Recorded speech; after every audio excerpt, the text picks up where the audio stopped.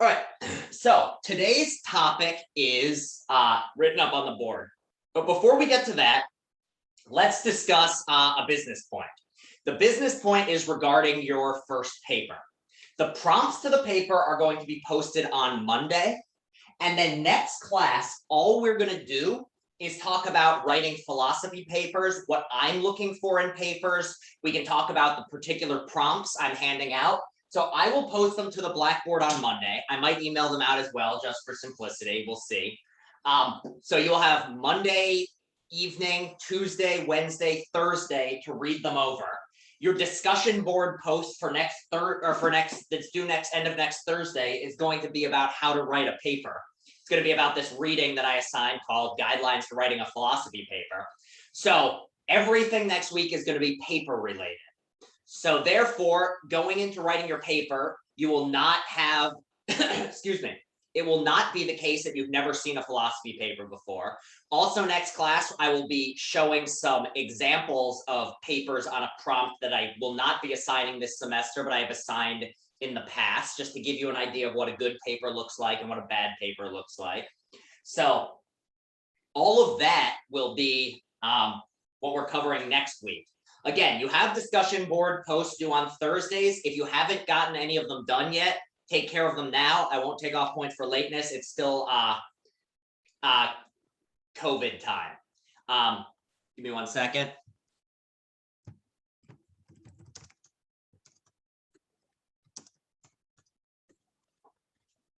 All right, so any questions on that? And so next week, if you have any particular questions about the prompts, I will post those, or I will talk about those in class. Any last questions on this? All right. In that case, let me erase paper prompts posted Monday, and let's discuss today's topic.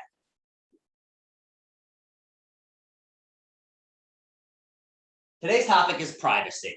And specifically, we're going to be talking about the way in which modern technology has changed privacy and the sorts of ethical considerations that come with it.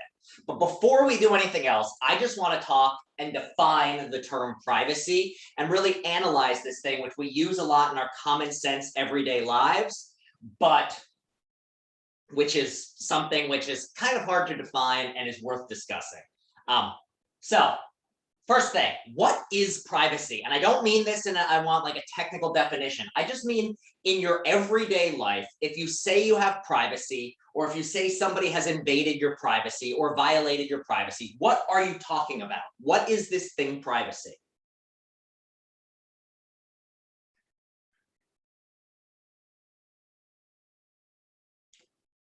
So, the personal space. What else goes into privacy? Because it's not just your personal space. Because somebody can invade your privacy without ever physically getting near you. So what else has to do with privacy? If you are private or you are in private, not being observed.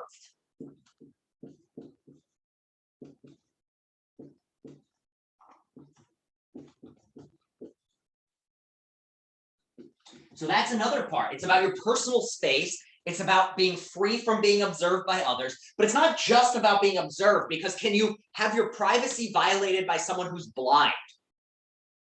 A blind person can't observe you, but could they invade your privacy?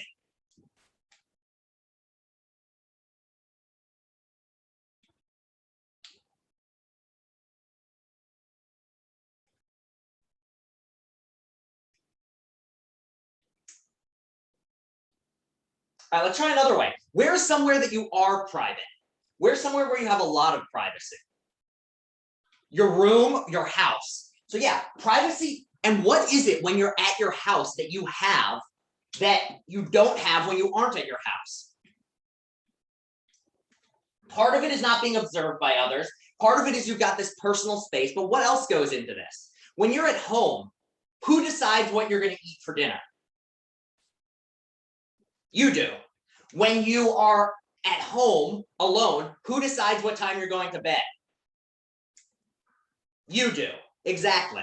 So there's also this element. So the idea with privacy is just You're being left alone. So it's about personal space, but not just space. It's about being left alone and having autonomy, which is the idea of you getting to make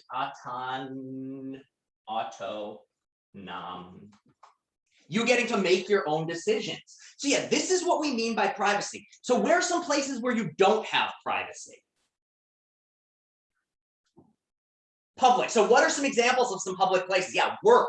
Work would be one of them. Unless you work from home by yourself, then you don't have privacy. Where else? The subway and college are two very good ones. Why? Because there's a lot of people around, and those people can observe what you're doing. They can come up to you and ask you questions. If you are on the subway, somebody might start playing music, therefore right in front of you, thereby invading your personal space. So all of this is places in which you don't have privacy. So yeah, the opposite of private is public. All right. So a lot of us like privacy. How many of you like having some privacy? There's also a test to see who's actually there listening. Yeah, good. It seems like most of you do. Why do we care about it though? What is it that privacy gives you? Why should we care? Why not just allow everything about us to be everywhere? Why is it that we like to go home and not have strangers in our house? Why do we like privacy? And there's a few different elements to this. So this is the first big one. Security. So what is it we've done? Why? Security. So think back to 2 classes ago when we were discussing security. We said that there were 3 things that went into security. One of them was availability or accessibility. One of them was integrity. But what was the last one? Anyone remember? It's confidentiality. Exactly, confidentiality. So part of what goes into security is confidentiality, or this idea of somebody not knowing your information. And so what is it about not knowing where you are or having more privacy that increases your security? Why is it that if somebody doesn't know anything about you, you're more secure? Well, think about it this way. Imagine that there's a hitman, and for some reason, this hitman wants to kill you. What is the first step in killing you? Before a hitman is able to kill you, they have to know where you are. And once they've figured out where you are, what else do they have to know? If they know you're in a crowded park and there's 1,000 people there, they need to know what you look like. So in a certain sense, before you can be insecure, you need to have your information private. The safest people are the ones who no one knows anything about. So in a certain sense, the more privacy you have, the more security you have. So that's one reason we like privacy, is that it makes you more secure. If no one knows where you are and what you look like, nobody can hurt you. Nobody can also manipulate you. And so that's the second reason, freedom, and specifically freedom of choice. If no one knows where you are and no one knows what you're doing, who can decide what you're doing? Who is it that controls that? Yeah, only you. You are the only one. When you have complete privacy, you have complete control over what you're doing. So that's the idea behind why we like privacy, is you have freedom of choice and you have freedom of security. Then there's a third one that goes into it. Can anyone guess what the third reason we like some level of privacy is? If not, I can kind of tease this one out. All right. What sorts of things does a person put on their online dating profile? What sorts of information do they include? Stuff about them, but they don't. What sorts of stuff about them do they include, Carlos?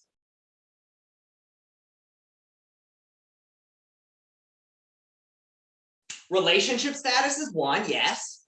Their interests. And usually, so what are some examples of interests they'll include?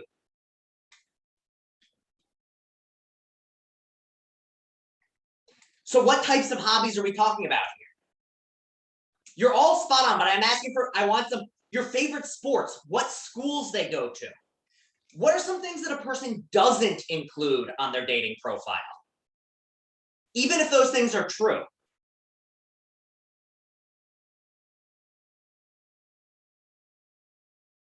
They don't include their social security number, that's one. Their address is another. But what about things that are even a little more innocuous? What are things where it's not like direct personal information, but it's just like about their hobbies or things? Email, again, all of these are very private information. But what about certain things? How many of you, is anyone other than me a nail chewer? Does anyone else chew their fingernails? Any other nail chewers? All right. For those of us nail chewers, how many of you would put that you chew your nails on your dating profile? You include like, probably not. And why not? Why wouldn't you do that? And those of you who aren't nail chewers, imagine you are. Just why wouldn't you put that on your dating profile? It's too personal. It's embarrassing. So this is the last reason we like privacy, is we like to control what people know about us and when we open up to them. Other ones, like how many people include on their dating profile have been told by partners that I snore and fart in my sleep? Like no one's going to put that on their dating profile. Why not? Because that's not information you want to publish out there. You're trying to put yourself in the best light when you begin. And then people, as they get to know you better, you open up about more personal, embarrassing sorts of things. Yeah, it ruins your integrity. You want to seem as good as possible because we all, in some sense, are the hero of our own story. You are the main character in your life. Like it or not, you are the one. If you are reading a book, you would be the hero. So you also, another reason we like privacy is it allows you control your narrative. If somebody else knows a secret about you and shares it, you're no longer in control of what story you tell about yourself. And we all have things in our lives we're embarrassed about. We all have regrets. So the more we can keep those things private, the more control we have over who knows things about us. If every little bit of your life is known by everybody, just think about how hard it would be. Like, how hard would it be to get a job to take you seriously and hire you if they knew everything you did in high school? How many of you did something dumb in high school that you regret? You can't tell, I'm raising my hand. You don't have to tell me what it is, but how many of you did something dumb when you were in high school that you now look back and are like, wow, that was stupid? Yeah, everybody's done it. And how many of us want our prospective employers to know those things about us? Nobody. So the less privacy we have, the less control over our lives we have. Now, with this in mind, because privacy has all these good things, you might think that you should be a completely private person and have complete control over your life. But why is it that people do not want complete privacy? What's the worry with complete privacy? Because just about even the most private person doesn't usually want complete privacy. What is it that why is it that you don't want complete privacy?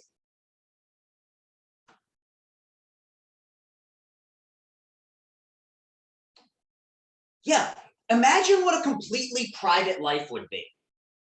Just describe it, think about it right now. Think about the most private a person could be so that they are completely secure, they have complete control and no influence over any of their choices, and nobody can in any way know anything about them. Yeah, you're going to be a hermit. So where is this person living in your mind? Like imagine this person, where do they live?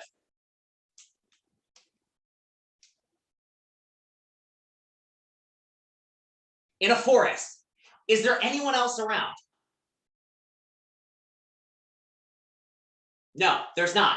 So they don't live with anyone. Do they have access to the internet? No, because that is an access to information. Do they ever interact with people at all? No, they're completely by themselves. The way they get their food is they hunt and gather it. How many of you would want to live your life this way? How many of you would want to be a complete hermit? You don't ever see anybody, like literally no one, never. No family, no friends, no lovers, no anything, not even a dog. It's just you alone in the woods. It seems like nobody, very, very, very few people want to live that way. It's a tiny, it's probably like 0.001%. One out of every 100,000 people might want to live that way. But most humans are not that way. So this is why privacy is tough. Because on the one hand, there's a lot of good things to privacy. But on the other hand, nobody wants complete privacy. So we need to find a balance in our everyday lives. We want to be private enough that we feel secure enough, we have enough control over our choices, and we have enough control over our life narrative that we feel good enough going about our everyday lives, but we don't want so much that we're too secure and we have no friends and family and we're lonely. So this is why privacy causes these issues, is you have to find the balance. And for different people, there's a different amount of balance. What might be an appropriate level of privacy for an introvert might be too much privacy for an extrovert. So that's why privacy is valuable, but why it's complicated, how it can go on both sides. You have to find the middle ground that's right for you. Now, why is it that we're discussing privacy in this class? What is it about this class that makes privacy a topic? You don't discuss privacy in your math class. You don't discuss privacy in your physics class. Why are we discussing it in the cyber ethics class?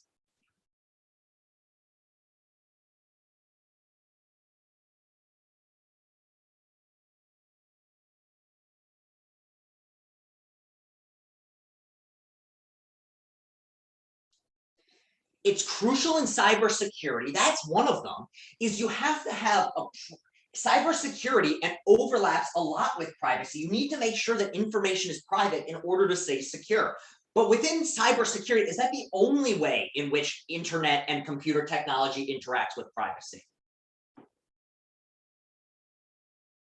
What are some other ways in which information technology, cyber technology, interacts with notions of privacy? Another way of putting this is what is a piece of technology that has changed privacy? So encryption is one. Encryption has increased the way in which privacy has occurred. And we're going to talk about that a little more in a bit. But yeah, we've got encryption. What are some other pieces of technology that have changed your either increased or decreased the privacy you have?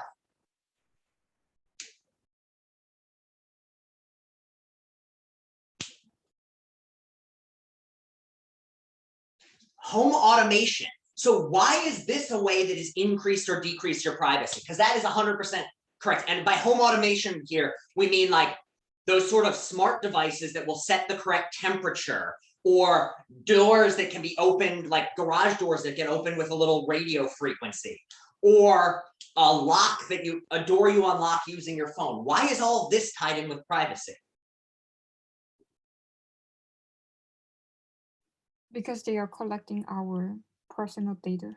Yeah, because all of these pieces of information, when you log onto an app that you use to unlock your house, that app is now going to be able to gather information about when you're unlocking your house, what time you're unlocking it, where you're coming from. All of these are ways in which privacy is interacting with modern technology. And what we find is, in a certain sense, while there are certain types of things like encryption, the vast majority of modern technology has massively decreased our privacy. And what I'm going to talk about in the second half of class is I just want to go through some pieces of technology that exist today and discuss how the nature of privacy today is you as an individual have a fraction of the amount of privacy that your parents had growing up, and even less compared to when your grandparents were growing up. And what we find here is this raises a lot of ethical issues. So what we're going to talk about in the second half are what these pieces of technology are, how they decreased your privacy, and whether you should give a damn about it. Because the fact is, the amount of information that is gathered about you as a person and stored every single day is more information probably than was ever collected about your great-great-grandparents in their entire lifetime. A day versus an entire lifetime. And we'll talk more about why that is and whether we should give a damn about it. But first, I'm going to do the classic philosophy sort of thing, which is take our common sense notion of privacy and divide it up into categories to talk about the types of privacy that there are, so that when we're looking at ways in which technology interacts with privacy, we can be a bit more specific than just it decreases privacy, it increases privacy. Instead, we can discuss what type of privacy is it increasing and what type of privacy is it decreasing.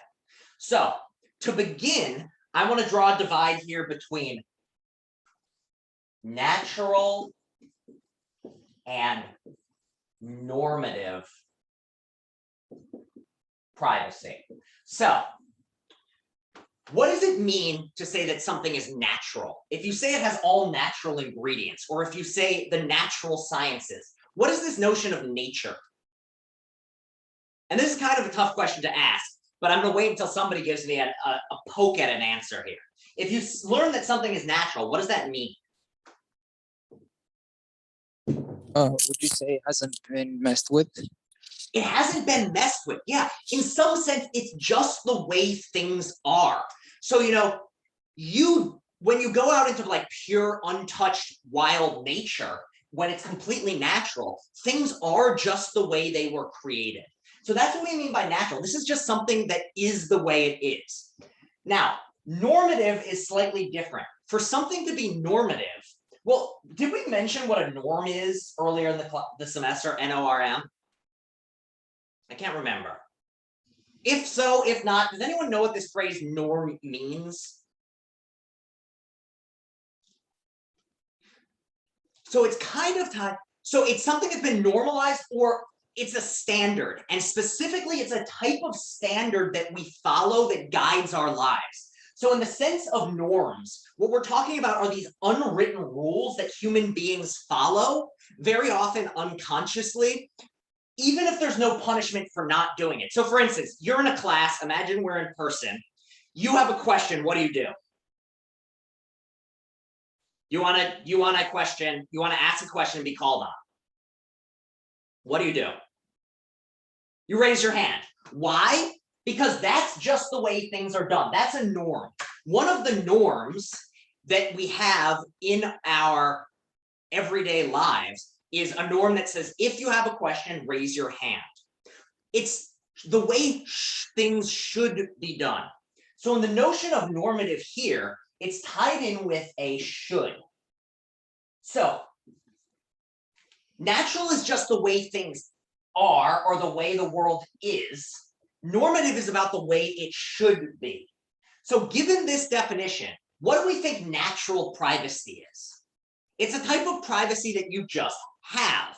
It's privacy that is the way it is.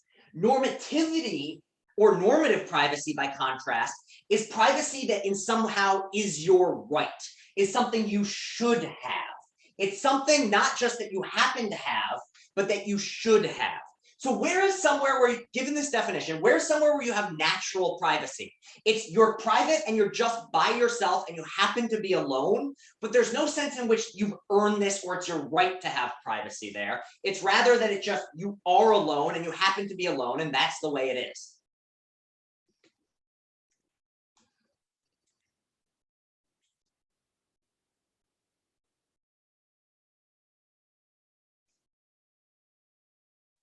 Well, where is somewhere where you are alone?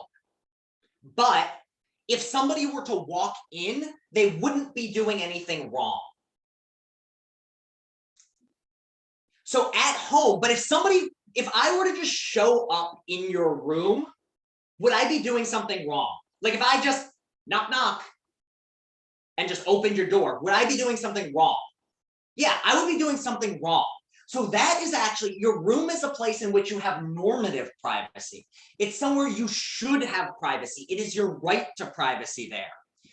Where then on the flip side is somewhere where you happen to be alone, but if someone were to come along, they wouldn't be doing something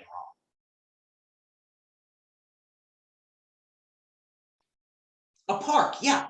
A public, imagine you're walking through Central Park by yourself and there's nobody around, you have privacy. But if somebody were to come upon you, they're not doing something wrong. You've lost your privacy, but your privacy has not been violated. So the idea here is natural privacy is privacy that you have and can lose, but it cannot be violated. Normative privacy is privacy that for some reason it is your right to have it here. And if anybody takes away your normative privacy, you have in some sense a slight has been done to you. They have done something wrong towards you. So given this definition, which one of these do you think we're going to talk about in an ethics class? Which is the one where there's a right and a wrong, a good and a bad that we really care about? Normative, yeah. So this is the type of privacy that we're going to talk about in an ethics class, the normative type, the type that you should have or that you've earned. But it's not just one type of normative privacy. There's actually 3 different types of privacy that a person can have. And these 3 types of privacy are accessibility, decisional, and what's the third one? Informational. So looking at these words, what do they mean? Well, what is the key word within accessibility? It's access. What do we mean by access? What is access? If you have access to a certain room, what does that mean?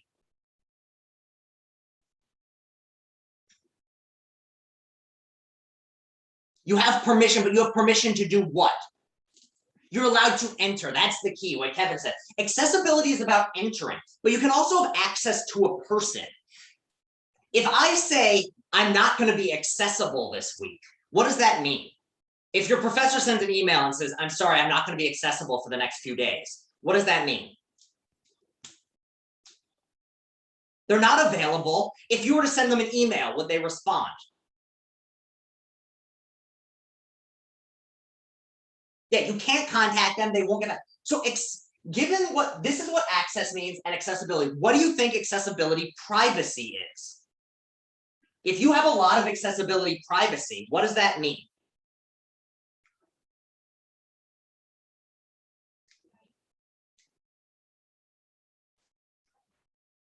So not that anyone can get your information, it's actually, and actually information is about the other side, but it's that not anyone can get to you. So when I shut off my phone and shut my door and don't answer the doorbell, I have large amounts of accessibility privacy. Why? Because nobody can get in contact with me. So normative accessibility privacy is a right not to be bothered. So it's a right not to be bothered / contacted. So where is somewhere where you have a lot of accessibility privacy? Or what is one thing that, what is one thing in your life that increases your accessibility privacy? If accessibility privacy is the right not to get bothered, they can't contact you. Home, but not just home, what within your home increases your accessibility privacy? What is it about your home that really makes an increase to accessibility privacy? Your room, and what is it about your room? Because you're 100% right, Sammy. I'm just trying to pull out, you own it, but not only that, what does your room have? And it has a door. And what is the door attached to? It's got a lock on it and it's attached to what? Walls. So accessibility privacy is about being able to get to you. So someplace with a lot of accessibility privacy is somewhere with a locked door and walls. We're somewhere without much accessibility privacy.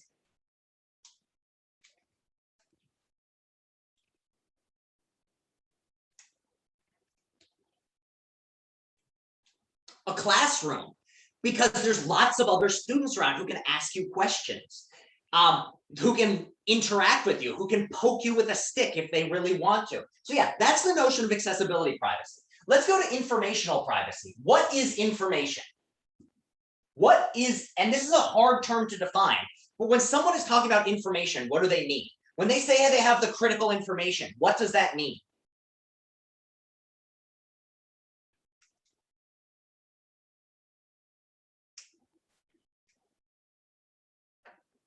Important data. And so what is data? What is information? It's just stuff that's true. It's things that you can know. It's facts about the way things are. So information is just data or facts about something.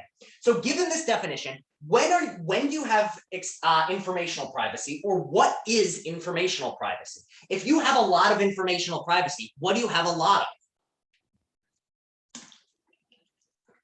What don't people have access to?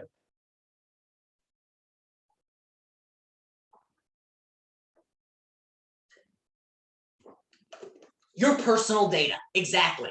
Basically, when you have informational privacy, what you have is, it's a right to not have others know certain things about you.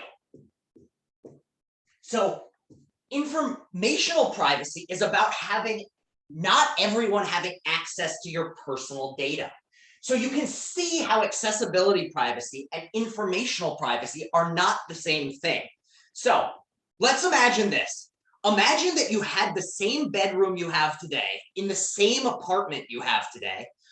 Everything, you still have walls, that you still have doors, you still have locks. But imagine that your walls and doors and locks were all made out of glass.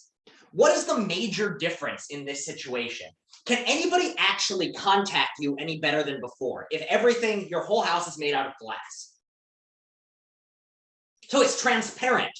So what's the key difference here? Can anyone actually get to you? Imagine not only that it's made of glass, it's made of bulletproof glass. Your entire world is made of, like your house, your apartment, your doors, everything is bulletproof glass. Can anybody get to you? Can anybody interact with you if you don't want to be interacted with? No, they can't. So you have accessibility privacy. Can they access you? No, they cannot. So you have a lot of accessibility privacy. But what can they do? As Shad says, they can see you. And what does that mean? What do they have more of? What type of privacy have you lost if you live in a glass house? Information, yeah. They know what your daily schedule is. They could know what you look like naked if you walk around the house naked. They know what you do at what time.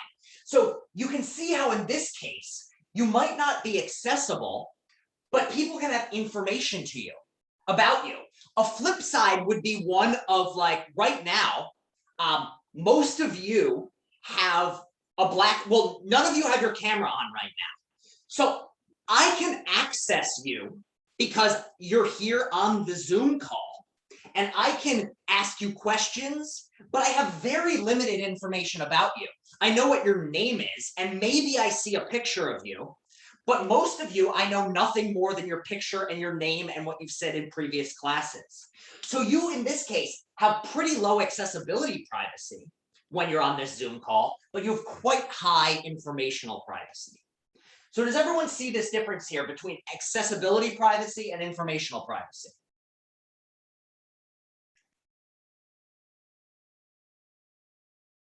You on board with the difference? All right. So now, what is decisional privacy? Simply put, what's a decision? What is a decision? If I could speak correctly.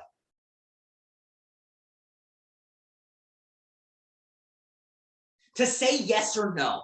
And to say yes or no to what? When you're making, like, I just say yes right now, I haven't really made a decision. What is it to make, when does saying yes count as a decision? So to give out information is part of it, but yeah, here's the key. It's about questions, or more importantly, actions. It's choosing to say or do something. That's what a decision is. It's a choice. So when you make, what's the difference between making a decision? You're alone in your house. You need to decide what to order with friends, what to get for dinner. You're ordering takeout. Now imagine first case, you're alone. You're ordering takeout. Who is a part of this decision? How many people get a vote on what you have for dinner when you're alone? Only you. Now imagine you're over at your friend's house and there are 5 of you. And now you're deciding what to get for dinner. How many people are involved in this decision? Everyone is voting. And you're not going to order from 5 different restaurants. That's a pain in the ass, and there's going to be delivery fees. So you're going to order from one restaurant, and everyone gets a vote and everyone interacts. So in this case, you have more or less control over what you end up eating than when you're by yourself. You have less control. Exactly. Another way of putting this is that you have less decisional privacy. You have less private control over the decision that gets made. So decisional privacy is the right to make own decisions. So a really good example so like terms and conditions. So yes, terms and conditions is something that reduces your decisional privacy. If you design your own program, you're allowed to do with it whatever you want. You have high decisional privacy. If the program has terms and conditions that say you can do this with the program, you cannot do that with the program, you have considerably less decisional privacy. So that's a really good one. Now, another really nice example is around marriage. In New York City today, imagine you decide you do want to get married. Who decides who you marry? Yourself.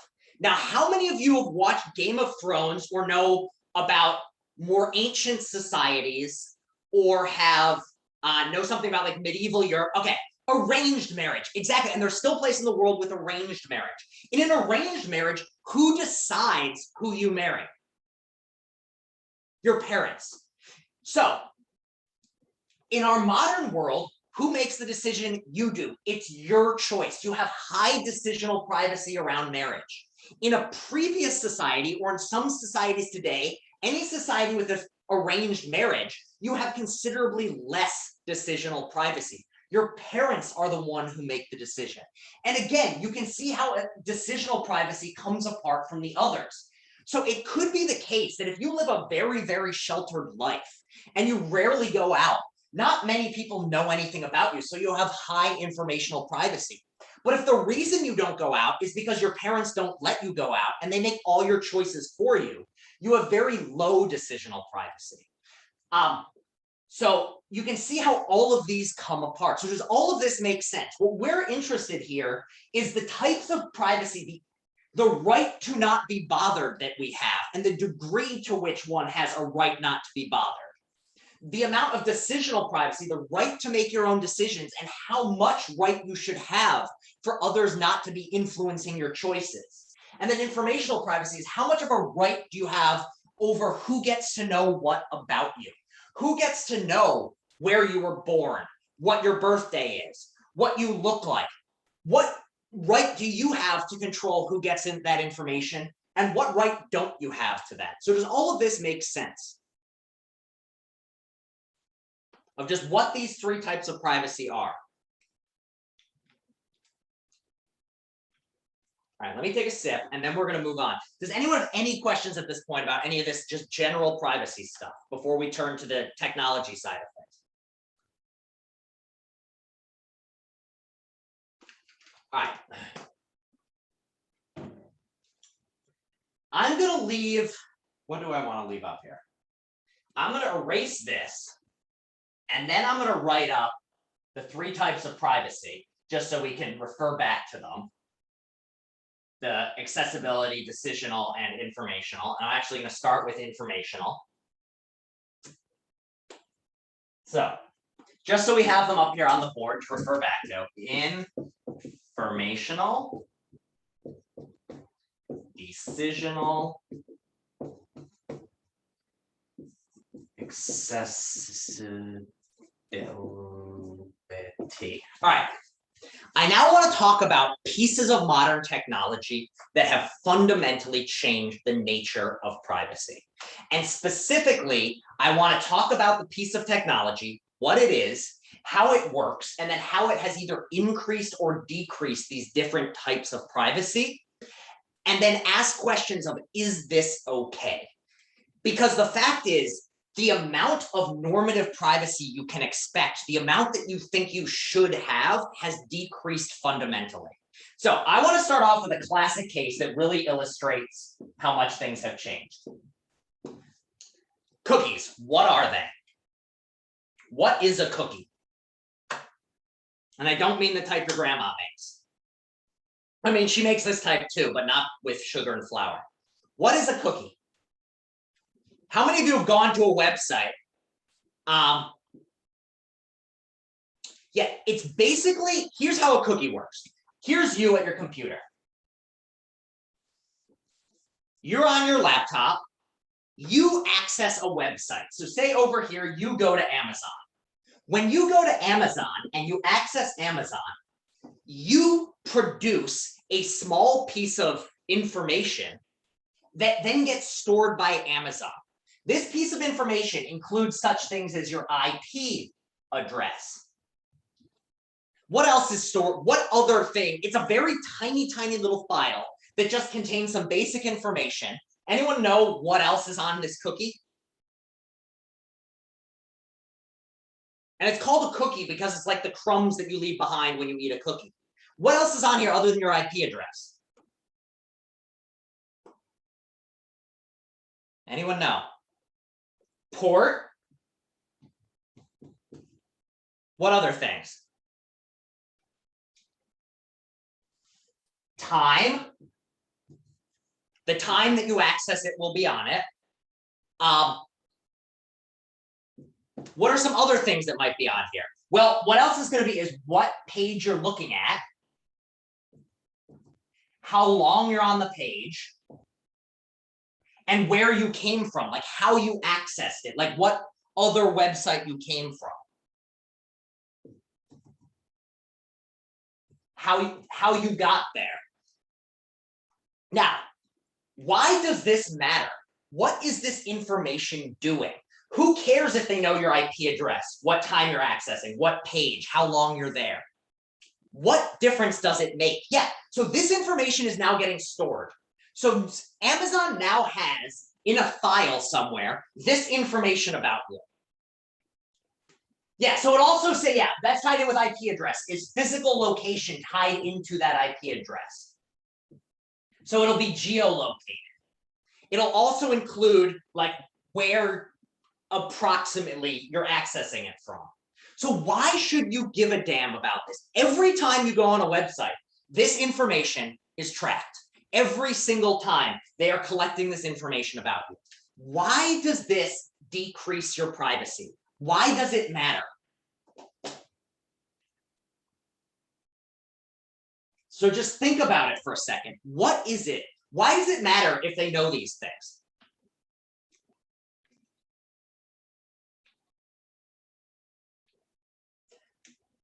Because they're gonna start with giving you pop-up ads of things that you might buy. Yeah, so here's the thing. By itself, one piece of data, not very useful. So for instance, imagine that I tell you Wednesdays at 3 o'clock, or no, let me imagine this case. Fridays at 2:30. Nope, let me try again. Last Monday at 8 a.m. Last Monday, so 4 days ago at 8 a.m., I was in Brooklyn. What information does that give you? By itself, this past Monday, I was in Brooklyn at 8 a.m. What can you conclude about me from that? Is there anything you know for certain? So you know where I was on that day and that I was doing something. That I'm a morning person, maybe you can get that. But how many of you have had to wake up early even if you aren't a morning person? Just one Yeah, we've all had to do it. So you can't really conclude much. Now, Justin, did you have a hand or was that an accident? So let's contrast this. Now imagine if I told you, oh, okay, was you saying, yeah, what if I tell you that this Monday I was up at 8 a.m. and last Monday I was up at 8 a.m. And not only was I up at 8 a.m., I was in Brooklyn at 8 a.m. And now the Monday before I was in Brooklyn at 8 a.m. And the Monday before that I was in Brooklyn at 8 a.m. What can you begin to guess about me? That I have a routine. Not only do I have a routine, I must have something going on that I have to be up at 8 a.m. But what else do you know about me? If a person is in a location at 8 a.m., what is that probably? And they're in that location every single Monday at 8 a.m. Where is that location? I must live there. From this piece of information alone, you now know either where I live or where I work, simply from a location and a time. Now, imagine, so from here alone, you're beginning to understand where I live and what time I wake up. Now, how is this information useful to you? What can somebody do with this information? Well, this goes back to the idea of targeted ads. If you know what time I'm up and what time I wake up, if you know that I'm up by 8 a.m., if you had to advertise something to me, would it make sense to advertise it to me at 7:30? No, because I'm not awake yet. If you know I live in Brooklyn, would it make sense to try to send this advertisement to Queens? No. So this is the way in which little pieces of information can begin to give someone an idea about what a person's routine is. And now, if you know what someone's routine is, you can start making predictions. And this is just time and date. But now let's start including things like more precise location, because it's not simply that cookies say, like, generally this person's in Brooklyn. They will say exactly where your IP address is. And this can be found out, especially if another thing, which is if you post a picture to Instagram, it's not just the picture that gets posted. What other information is stored? Geolocation. It's where you posted that photo from. It's not just that you posted a photo, it's where you posted that photo from. And Sam, we're going to come back to what metadata is and how that works in a couple of classes, but that's basically taking data from the data. But right now, even at just the first level, if you just focus on the data itself, you can start to see patterns and begin to get information. So let's actually look at an example of this. Imagine that here, I'm going to give you some information. 6:30 on Tuesday, I go on Amazon and I look at sneakers. And my address is 123 Main Street, Brooklyn. Not a real address, but whatever. Now imagine 6:37 on Wednesday, I go to Amazon and buy 2 pairs of sneakers. And the location I do that from is 123 Main Street.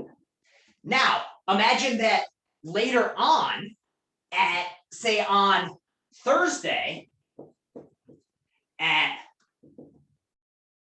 6:27 from 123 Main Street, I go to bestsneakers.com.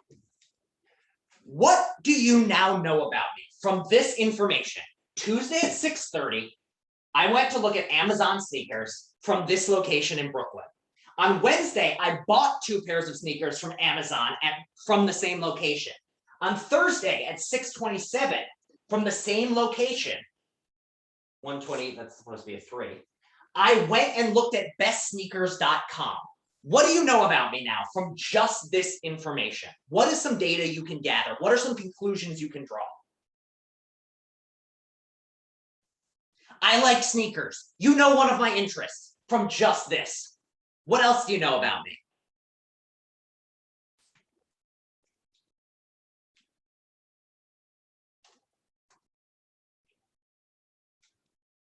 Come on.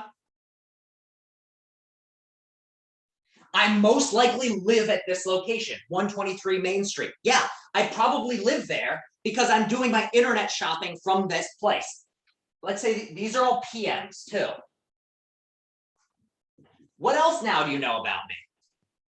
So you can probably guess what color I like based on the shoe color I bought. That's another really good thing you can take out of this. Well, what else do you now know? I'm home around that time. And if I'm home around this time, what does it mean? If I get home around 6:27, 6:30, 6:37, what does that mean about me?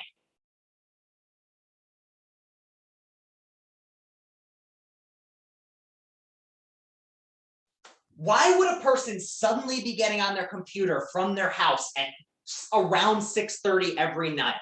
I'm probably at work before that. So you now know not only that I have work, but that I have a consistent scheduling work. So I probably work a 9-to-5 job. Also, if you know that I get home at about this time, and you also, if you look elsewhere and see where I moved, you could, from this information, even if you didn't have my geolocation data from my phone, which you would, because your phone is constantly tracking where you are. Your phone, every several seconds, is sending Google, if you have Google Maps on it, or Apple Maps, every few seconds, it sends the Apple and Google servers your exact location. So you can go onto Google and look in at any time in the past few years and see exactly where you went that day. You can look at a map and it will show you where you went. Not only that, it will tell you how you got from point A to point B. How does it know how you got from point A to point B? Because it wasn't like the camera wasn't on and looking. But if you look and your chart looks like this, and it knows where you were at all these different times, it can know what sort of transportation you got to get from here to here. And how does it know that?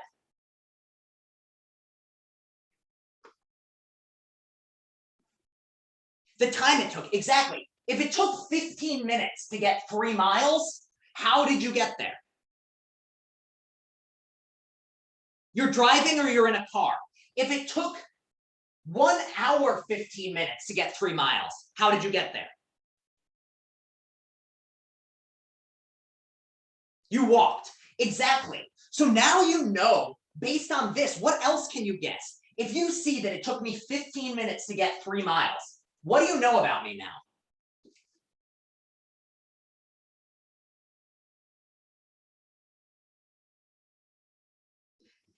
That you know that either I have a car or I'm someone who takes cabs, which suggests that I have some degree of financial stability.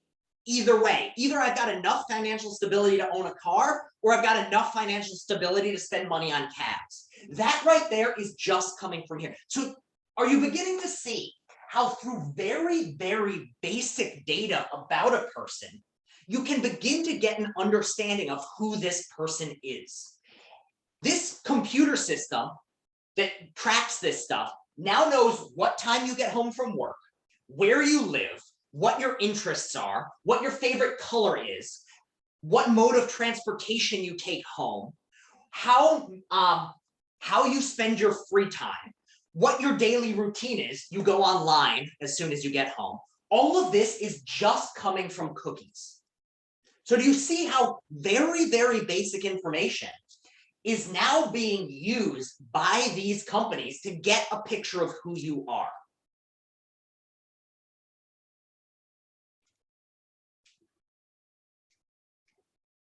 Does all of this make sense to everybody? How this happens? So when you get a targeted ad, the reason you're getting that targeted ad is because you've looked at something like that before, and the computer deems you someone who is likely to buy that thing. So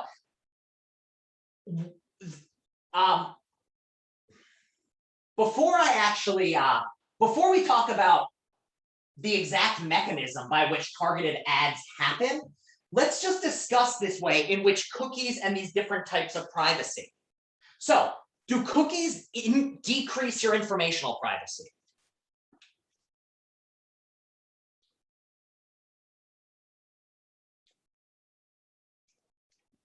Yeah, they do. Why? Because literally this information is being collected like never before. Compare a case in which, imagine you're doing your food shopping online. For some reason, you don't want to go to the store, you ordered online, maybe it's COVID, maybe you just want to do Fresh Direct. You do your food shopping online. Now, what information is gathered about you as you're food shopping? Your diet. So yeah, I know about your diet, what you're interested in, what other information, what foods you like. So yeah, what I like. Also something of how much I buy. But it's not just what I buy. What else, if you look at the online food shopping, what else are you going to know? Not just what I do buy, but what else will you know? Imagine that I go on and I look at the gummy bears. You can find out how much money I have, what I can afford. But also, well, yes, credit card information is another one, but let's skip that one. Ethnicity. That is something that you might be able to find out. So, ethnicity. You can't know with 100% certainty, but say I'm buying a lot of things every single week. I buy a lot of beans and rice and tortillas and salsa. You can begin to understand either that I am of Mexican descent or that I really enjoy Mexican food. So you can begin to get a picture of what sorts of things. If I'm buying a very traditional type of meat that, or if I'm going to a specialized, say, Israeli kosher butcher shop, you can begin to figure out what I want. If all the food I buy is kosher, you can begin to identify, oh, I'm probably Jewish. So all of these things. Also, though, you're going to know what I thought about but didn't buy. And how will a website know what I thought about buying but didn't buy? How will they be able to gather that information? So yeah, I clicked on it or it's in my shopping cart and then I later deleted it. So that's online shopping. Now, imagine that it's 50 years ago. There is no online grocery shopping. You have to go to the store. And now imagine that I, as a complete weirdo, decide that I want to gather all of this information about you. I want to know what your diet is. I want to know what you like. I want to know how much food you buy. I want to know how much money you're willing to spend on food. I want to get an idea of what your ethnicity is and what type of ethnic foods you want. And I want to know what you thought about buying but didn't buy. How would I do this 50 years ago? What would I have to do? I'd have to literally follow you. I'd have to follow every step of the way and see what you're looking at, see what you're putting in your cart. So literally the amount, and even then, if I followed you around, I would still have trouble thinking about finding out what you thought about buying but didn't buy.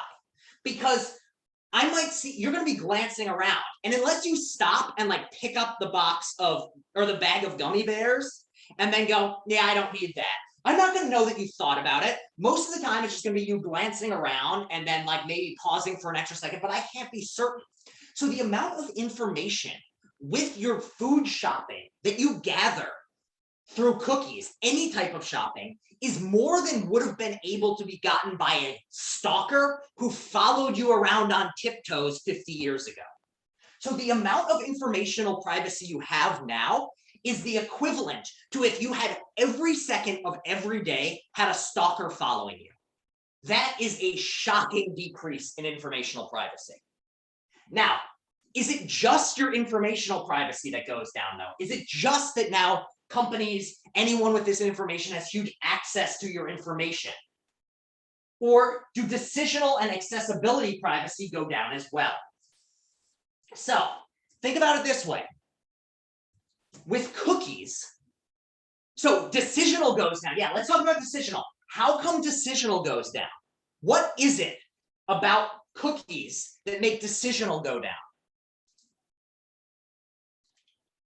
You can't say no to the cookies. So that's the first thing. Is in the past, you could say, stalker, stop following me. You can't access these websites and say no to the cookies. So that by itself is a decrease. But once this information has been gathered, how is that used to reduce your informational privacy?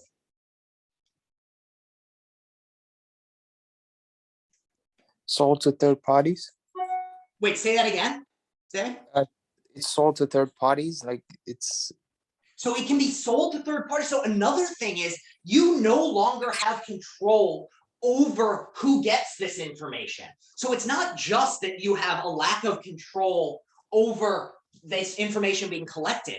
It can then get passed on to whoever. And this is the key. The question repeated is, in what ways does the data collected on cookies, once somebody has that data, what can that data be used? How is that data used to decrease your decisional privacy? And the answer here, as Justin said, is advertisements. Now, how is it that advertisements reduce your decisional privacy? Well, what is the point of an advertisement? Why do they exist? Well, their goal is to get you to buy something you wouldn't otherwise buy. And the fact is that as much as we like to think we have control over our lives, there's a fact of the matter of what decisions you make are greatly influenced by the surroundings you're in, and especially your current mental state. So when do you make the best decisions? If you're a morning person, do you make better decisions in the morning or the evening? Morning. If you're an evening person, do you make the decisions better at night or in the morning? Evening. So if you're an advertiser and you want someone to buy something that they don't really need and that they haven't really thought about, if you know this person's a night person, when are you going to try to get them to buy this thing? You want them to make a bad decision. Target them at their worst moment. So on the one hand, you might think at night, but if it's nighttime and they're alert, they might make a smart decision, be like, I don't need this thing. But if you know that they are very bad in the morning, then you can begin to think like, oh, this is when I should advertise. When is another time that someone makes dumb decisions? What are some other circumstances in which somebody makes a stupid decision? When they're drunk. That's a really good one. So if you can identify when someone's drunk, you can better predict when they're going to buy something they don't need. So if you find, based on someone's geolocation data, that every Friday night they go to a particular bar and are there till 11 and then go home and spend an hour on their phone online shopping, you are going to send them advertisements and coupons between 11 p.m. and 12 a.m. when they're drunk. And you're able to do this because you've seen where they're going. If somebody goes to a bar every Friday night from say 5 to 11, you can be pretty certain that they've been drinking and are not going to be making smart decisions. So you can exploit these facts about people's decisions. Now, perhaps the most extreme one I've heard is, how many of you are runners or exercise, go to the gym, anything like that, where you exercise hard enough that you get a runner's high or an exercise high? How many people are familiar with this notion of a runner's high?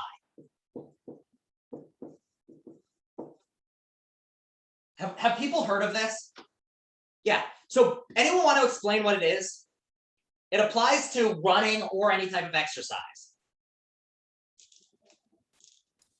It's basically like if you're in the moment, like when you're running and you like hit that peak, you just don't want to stop. Yeah. Basically, the way the human body works is if you exercise at a certain level of pushing yourself, your body will start releasing these things which are called endorphins. And it's basically just hormones in your body that makes you feel really, really good. And it often comes from not quite so extreme exercise that you throw up, but hard enough exercise that these endorphins release and you feel like a fucking king or queen or whatever word you want to use here. So these hormones get released when you're running. And very often for runners, they're released at times when you've been exercising on a long run. So if you're somebody who's a runner and you run like 10 miles, afterwards, you're going to be tired, but you're also going to feel absolutely great. You're going to feel very positive about yourself. You're going to be positive about your life. Now, why does this matter? Why does it matter that endorphins increase your mood? But also, when you're tired, do you make good decisions or bad decisions? Do you think things through? Yeah, you make bad ones. So imagine a situation similar to being drunk where you feel great, but you're also too tired to think straight. In this time, you are in a place that is the perfect state of mind for an advertiser. You are feeling good and therefore more likely to do impulsive things while also being tired, so less likely to think about them. So one thing that is very useful for an advertiser is to know you're a runner, and not only to know you're a runner, but to know when you run. Now, how might an advertising company find out that you're a runner and find out when you run? Anyone have any ideas about how an advertiser might be able to do this using modern technology?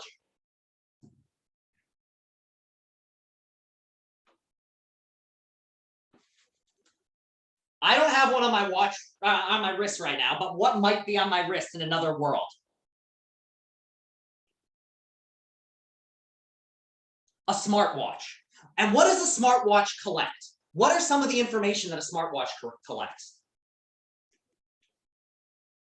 The number of steps you take, and when you're taking them, and where you're going, and what your heartbeat was at that time. And so like the just regular tracking data, but very often runners also will have things like Fitbits, or will have an app on their phone that they can use to measure how far they're running. All that information does not just stay on your phone. It is taken and sold to advertisers. So the fact is, runners generally, human beings are creatures of routines. We generally do the same thing at about the same time. If you're a runner, it's generally the case that you're either going to be a morning runner or an evening runner. So if your phone, and if you're a runner and you're, say, training for a marathon, when are you going to do your long runs? You have to run 20 miles in a day. What day of the week are you going to do that?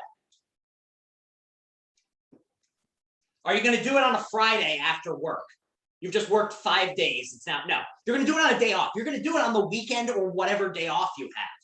So you can now, off of this data, begin to identify what days somebody is going for a long run. And not only that, approximately what time of day they're going, and then what time they're going to be finishing their run, and be on a runner's high while being exhausted and being more likely to purchase things they don't need. So what running companies have started doing is sending people advertising coupons for running shoes and running supplies that are targeted to arrive in their inbox within an hour after they finish their longest run of the week.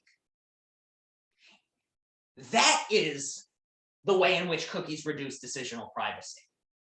So does everyone understand how with just this collection of data, you can now present things to people in ways where they have less control over their choices? So this is the sort of thing that was absolutely unimaginable 25 years ago. You could not imagine targeting people's advertising at the point in the day in which their brain is least able to make a good decision. You can also target things like, what's another thing that makes people happier and then more likely to say yes? Well, what is a situation in which people are very likely to say no, no matter what you say to them? Well, what is it to be hangry? How many people have heard this everyday expression? Yeah, you're so hungry that you're cranky. You're hungry, therefore become cranky. When you're hangry, you are going to be very disinclined to say yes to anything. Therefore, if you're an advertiser, you don't want to send anyone information or try to get them to buy something when they're hangry, because they're going to say no. So based on other sorts of information, like if you're a company that has access and you see that every day at 12:30, this person either goes to Subway or a like Au Bon Pain or another one of these little like sandwich shops. Well, you now know about what time they eat lunch every day, and then you can start advertising to them after they've eaten and are in a better mood. All of these are ways in which your decisions, while they might still feel like yours, are being affected by other sorts of people, and the ways in which cookies can bring these down majorly. Now, what about accessibility privacy? This one might be, this kind of goes back to the facial recognition stuff we were talking about last time, but let's not even think about facial recognition. Let's just talk about how can cookies be used to access you more easily. In what way do you have less control over access to yourself thanks to cookies?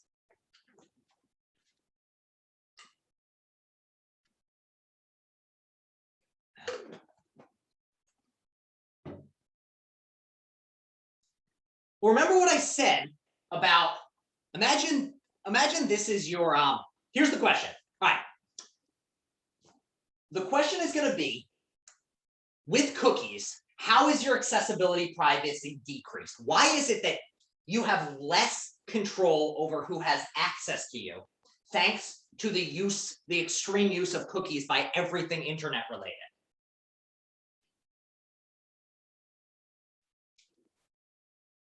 So let's go with an example. So yeah, IP address. Now let's just go, as I said, your phone is always tracking you. Google always knows where you are. Now imagine this Monday, Tuesday, Wednesday, Thursday, Friday. And imagine this is your chart. Now imagine you start in Brooklyn, and then you travel to Midtown, and then you go back to Brooklyn.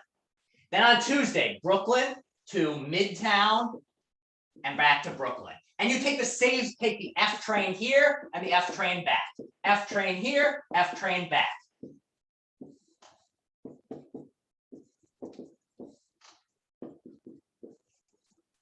Etc. Etc. If I'm an advertiser now, and I want to advertise to you in particular, what might I start doing? Where would it make sense for me to put my advertisement boards?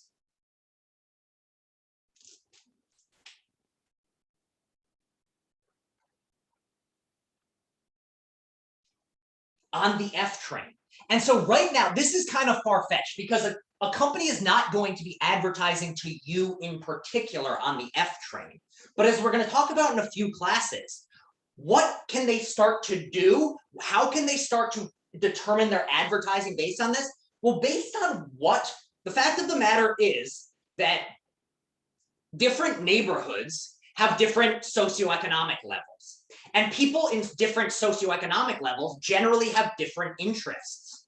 Therefore, if you find out that a large number of people on the F train are from a certain socioeconomic class, then you're going to, on that train, advertise a particular type of product. So for instance, if say it's middle class people, you might advertise, or like specifically like middle class young parents, you might start advertising baby supplies on the subway. Or if it's a subway that runs through like an area like near NYU, where there's a lot of college kids living, you might start advertising dating apps or delivery food services on the subway. You can advertise jobs based on what sorts of jobs are along that track. Injury at work lawyers, yeah. So depending on what sorts of people, if it's like, if there's the subway that's going out to like Hudson Yards, where a lot of people are doing manual labor building those new buildings, the construction sites, then what you can do is you can start, like, people are far more likely to get injured as a construction worker than they are as a teacher. So if you start advertising on the subway lines that have more construction workers, you're more likely to succeed. Also, the person who's exposed to those things is more likely to contact one of those injury lawyers. So this is a way in which you can be accessed and your decisions can be affected based on this data that is collected. So that is our first piece of data. And this is just the way in which cookies have fundamentally changed all these types of privacy. Does all of this make sense to everyone?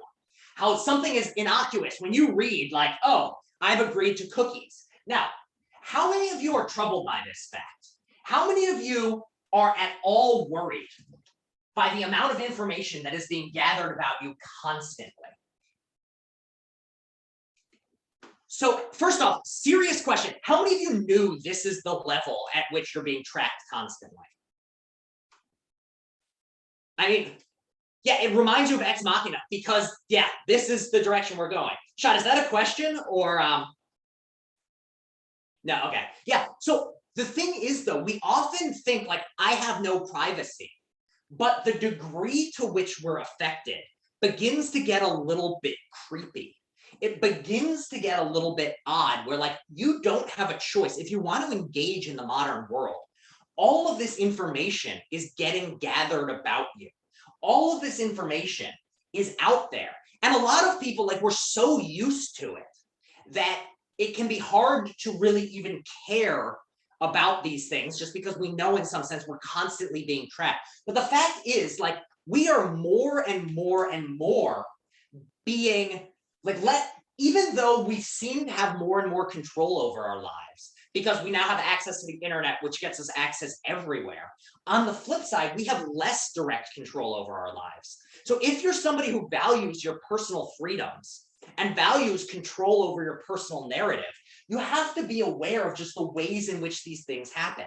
And now, this class, we're not going to talk about some of the dystopian ways in which this is being used, but in 2 classes, we're going to be talking more about another way in which this happens, which is social credit.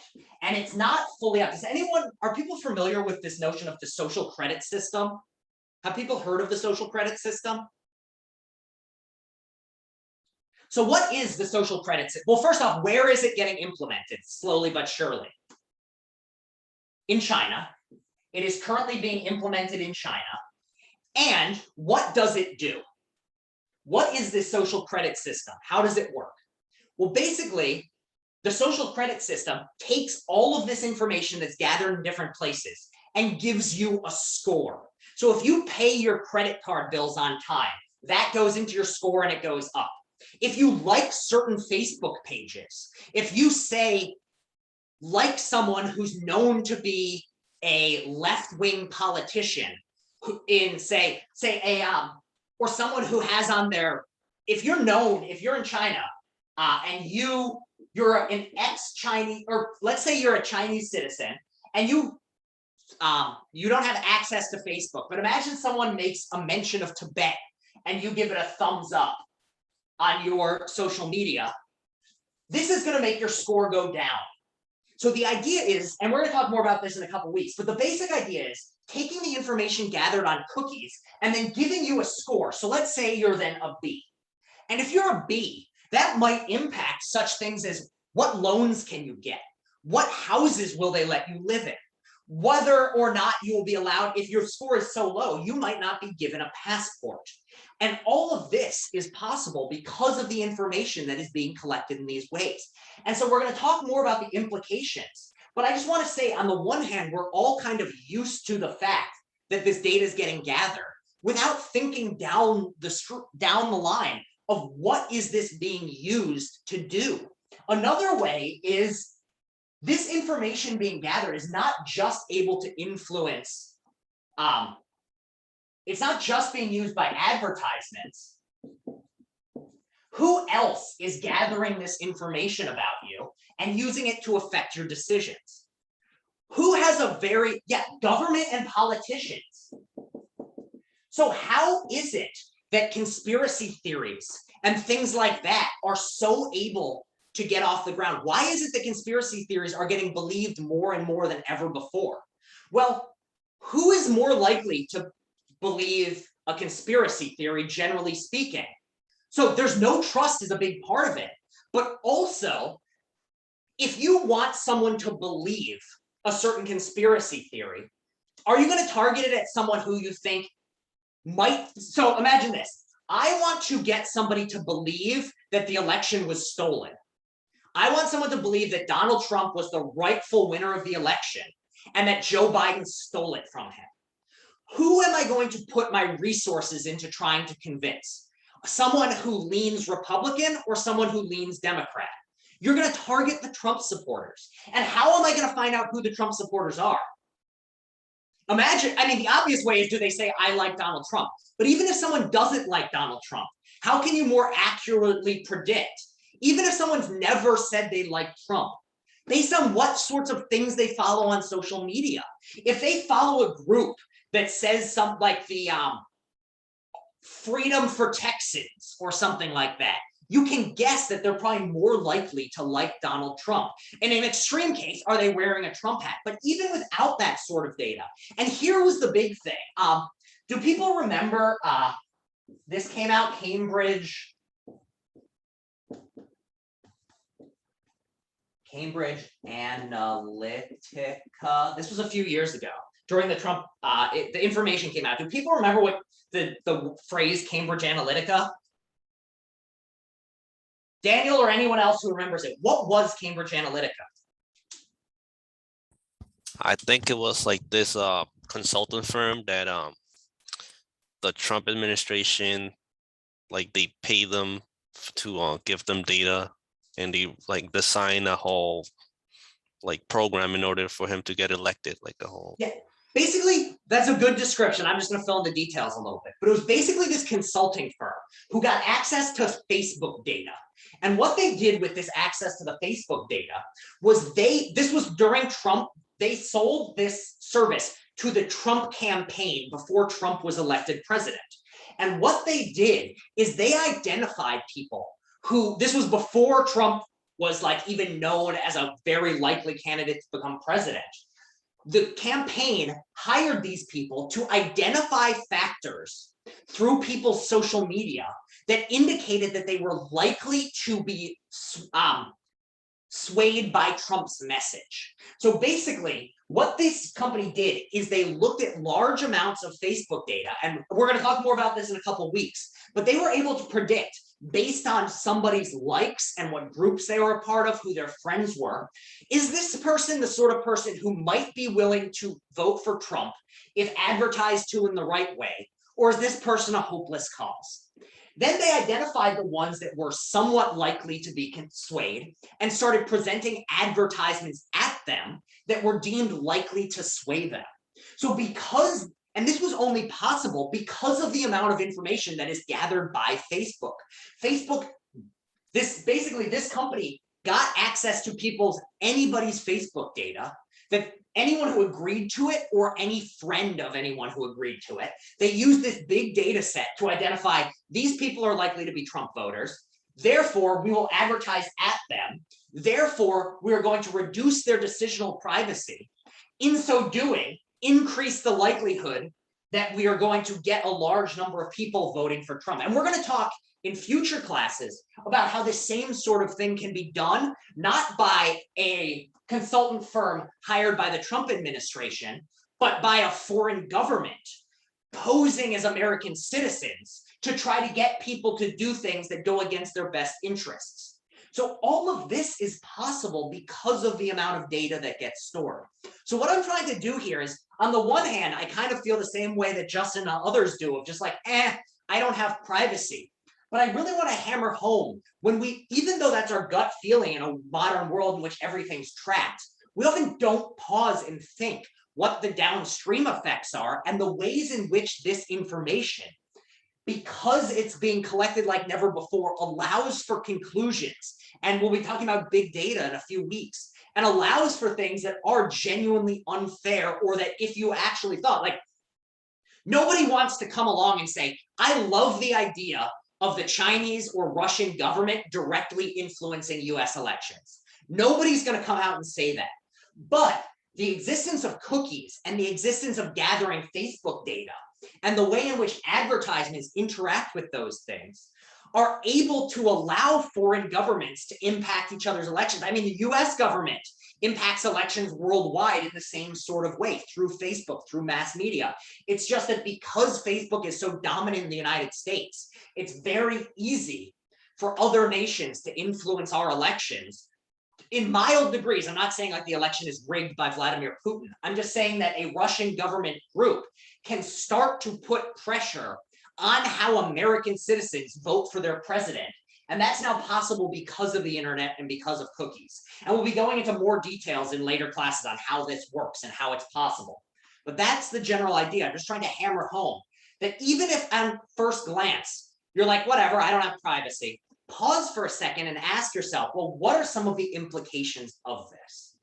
So is everyone on board with the ways in which cookies have just greatly reduced our privacy and really can have major downstream effects on things like not just shopping, but politics, social movements, all these sorts of things? There was another case in which, no, we'll talk about that one later when we get to the politics section, about ways in which members of different groups can radicalize other groups to make them look more extreme and unreasonable by pretending to be people they aren't. All right, so that's cookies. Are there any other pieces of technology that anyone wants to bring up and wants to unpack as things that you've thought of that have greatly decreased your privacy? Yeah, the Internet of Things. That is exactly where I wanted to go next. Internet of Things. So what is the Internet of Things?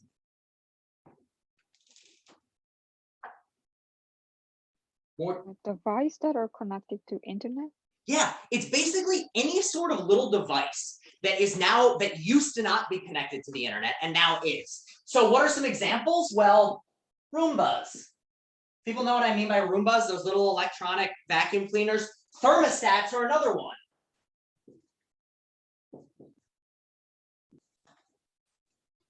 What are some other things? I know they make tea kettles, like that you can control from your phone. Locks. Cars. What other things we got? Light bulbs, yeah, any sort of light.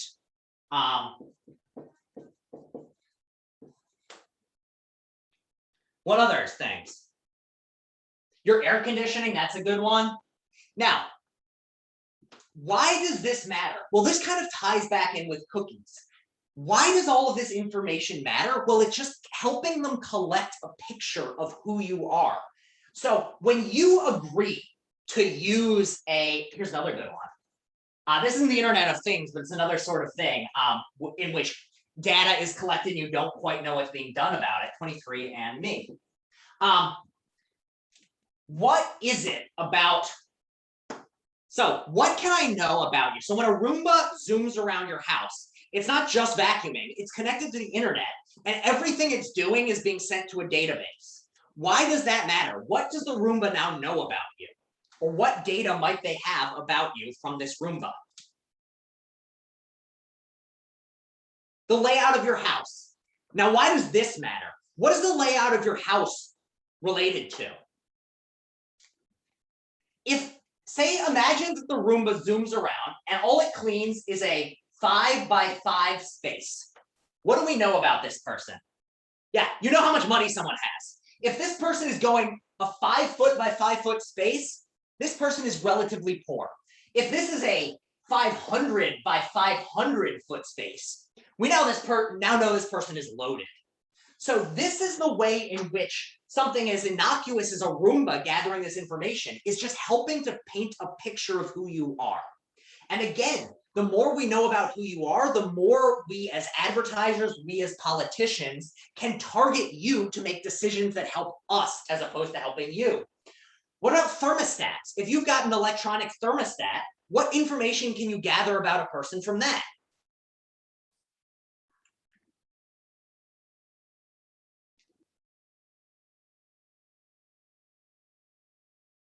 So the way these thermostats work, for those who aren't familiar, is you set a certain temperature to go on, and you can like automate it so that at a certain time it'll go to a certain temperature, or from a distance you can just change it or turn it up or turn it down. So what can a person gather from that information? The season they're in, that's one thing, but that, I mean, you can kind of get in other ways. But more specifically, you can get what temperatures a person prefers. Are they somebody who runs hot? Are they somebody who runs cold? And you can use that. And if it's somebody who always keeps their house pretty high, or somebody who's for some reason their house is always super cold, you might want to sell them, I don't know, sweaters. Another thing though is imagine that you've got somebody who between 8 a.m. and 5 p.m. the house is at 60 and it's winter time. So it's winter, it's 60 during the day, and then starting at 5 o'clock, it goes up to 72. And then it stays at 72 until 8 the next morning. What do you now know about them?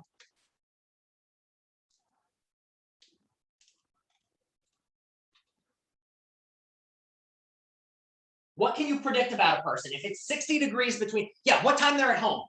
60 degrees is freezing, 72 degrees is pretty normal. So you now know they're home between 5 and 8 the next morning. Again, you can make predictions off of these things. So again, the Internet of Things is another way in which information about people is gathered like never before, and about all the same things that apply to cookies apply here as well. But a thing to know is that every Internet of Thing, when you use it, the terms of service of the Internet of a Thing object agrees for your data to be used in whatever way they want. So if you get a smartwatch, if you get an electronic tea kettle, if you get an electronic lock or a digital, a smart lock, all of this information is getting sold and helping companies and politicians and whoever wants it to gather this information about you. So this is another way. Both of these, they have to do with each other is they're about data gathering, and the way in which changes in data gathering have reduced our privacy. So do both of these, Internet of Things, cookies, all of this makes sense to everyone? And just how all of our privacy has gone down. And there are important implications of this. All right, I now want to talk about the second side of things, or the other thing that I want to talk about, which is not ways in which data gathering has changed to reduce privacy, but the ways in which data exchange has changed. And what I really want to talk about here is just how the nature of the internet and email and Dropbox and things like this have allowed data be exchanged in ways like never before. So data exchange and the ways in which this data exchange can have impacts on your life that you don't really think about. So what do we mean by data exchange? What is it to exchange something? What does it do with gift exchange?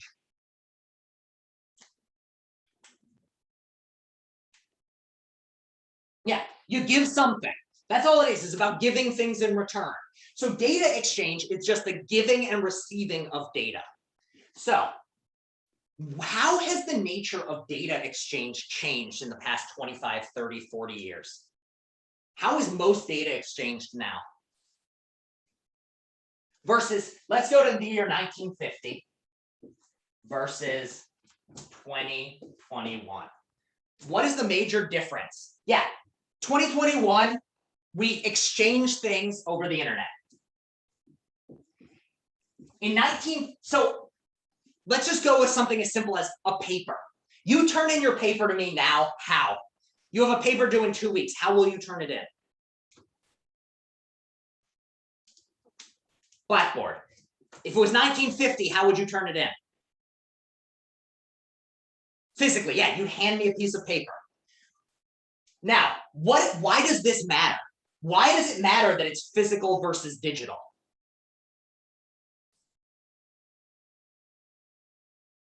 What is the major difference here between a physical thing? Accessibility. So part of it is you have less control over who sees your ideas. If you store something on Blackboard or on, Blackboard has rights. Anything that gets hosted on Blackboard has in some sense legal rights over.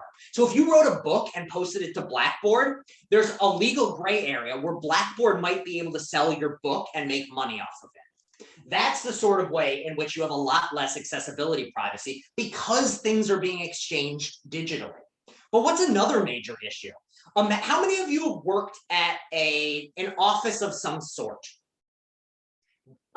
Anything with a filing system with a lot of paperwork you needed to deal with, either digital paperwork or paper paperwork. Or how many of you, have worked at the registrars for like student aid sort of work or anything like that? Has anyone worked in any sort of office environment, or even as a manager of like a retail store where you were dealing with it? Yeah. So most of the stuff today is stored how? Like employee records. How is all that stored?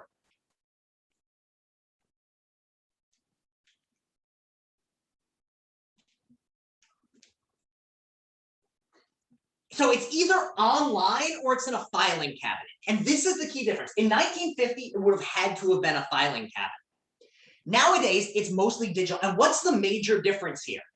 What is the major difference between the fact that it's filed in a filing system in 1950 or a digital database now? What are some of the differences here?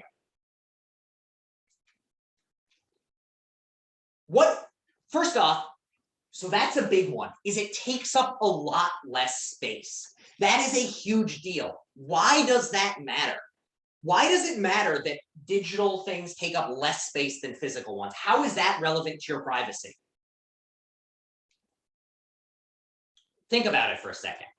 If I have one room to store all the information, I imagine that I'm a doctor's office, or imagine that I'm a lawyer, and I have exactly one small 5x5 room to store all my stuff in. In 1950, after a few years, what am I going to have to do?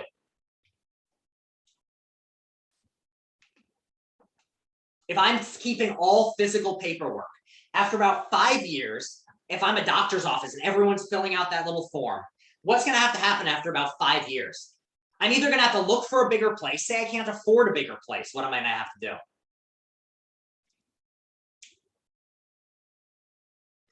It's 1950. I can't go digital. What am I going to have to do if I want to stay in business? Can't move. I don't have the money for it. Clean it out. I'm going to have to start destroying things. You cannot keep everything in an old style file system. So therefore, you would have had to start shredding and destroying and keeping a limited amount. So after a certain amount of time, things would go off your record. Things would disappear. Nowadays, once something exists, because it's so easy to store, it's never going away. So it's not just that somebody's gathering all this data about you. It's once they gather it, it doesn't go away. Stuff that you did 20 years ago, like if there's I may have said this before, but if there's an embarrassing photo of you on the internet of you doing something you shouldn't, it will still be there 50 years from now, unless you try to get rid of it actively. This is not how it was. If you did something embarrassing in high school in 1950 and it was in the school newspaper, those newspapers are long since gone. Nobody's going to be able to get that. Nowadays, this is part of why cancel culture is happening more and more. And this was something we talked about a few weeks ago. There is just a logistical fact that because it's so much easier to store information, it is so much easier for people to find stuff that you've done in the past that would be worthy of canceling if you did it today. So that's the sort of thing with cancel culture is everyone says dumb stuff. And every human being has always said dumb things. It's just nowadays, because stuff is stored unlike ever before, we can find this information.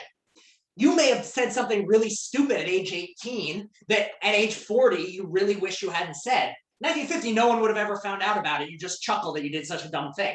Nowadays, it can actively affect you and affect your life in ways like never before. So it's not just that this information is being collected. It's now, because it's so much easier to store, it's staying there for longer and can have downstream effects like never before. So that's one thing with data exchange being different, reducing your privacy. And you can see how this majorly decreases your informational privacy, because now there's just much more information out there. Also, it can decrease your decisional privacy, because things you haven't thought of in 20 years can now be brought up and used against you, for better and for worse. So does that make sense? How the change with data exchange of just storage space is much, much different. And because there's so much, you need so much less space to store information, we just store more information and delete less, which just decreases how much privacy you have. What's another major difference here? Well, it's 1950, and say I'm one law office, and we have a big case. It's like a mafia mob murder case. And we've got an entire file box of files about this murder case. Now imagine it's 2021, same sort of thing. We have the same amount of information, but it's stored in a computer folder that say 45 gigabytes. No, that's probably even too big. You can't store 45 gigabytes worth of stuff. Let's say 2 gigabytes. You've got 2 gigabyte file versus 1950, where the amount of information in this file box is equivalent to the 2 gigabyte one. Now imagine you are, turns out that this mafia group that you're prosecuting has committed, they're a multi-state organization. Imagine you're the DA in New York City, and the DA is the district attorney, the person who's in charge of deciding who to take to court for, like who to take to criminal court as a member of the US government. So you're working with the mafia here. Now, it's 1950, and turns out that this same mafia group has a organization set up in California. Who, as this DA, are you going to want to talk to and get information from? You're in New York, and you're working with, you're trying to bring down this mafia group. And this mafia group also has people in California. Who are you going to want to talk to in your trial? As you design your trial, you're trying to take down this group. Who might you want to exchange information with to build a larger case against this mafia group? You're in New York. The mafia group also does all sorts of mafia stuff, murders, drug racketeering, prostitution in California. Who are you going to want to talk to? The police. So you are the police here in New York. Who else are you going to want to talk to then? You talk to the police here in New York, but what other police are you going to want to talk to?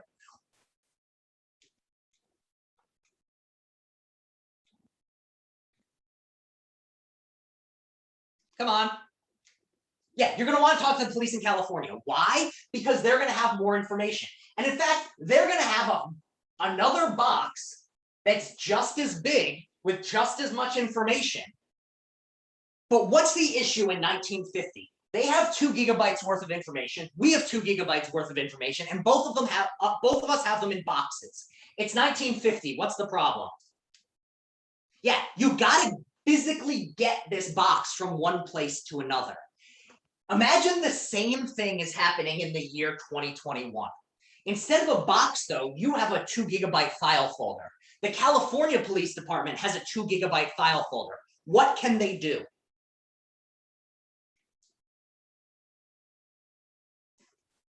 Send the Dropbox link. Exactly. It is so much easier to exchange large amounts of data than ever before. Now, why does this matter? Why should we care that it's easier to send information? Well, simply put, are you more likely to ship something to a friend if it's in an envelope or if it's in a 20-pound box? Your friend visited, they left something. One time they leave their driver's license, you put it in an envelope, ship it. The other time they leave a 20-pound weight. For some reason, they brought their weights to come visit you and they left behind a 20-pound weight. What are you more likely to ship to them? Their driver's license or their 20-pound weight?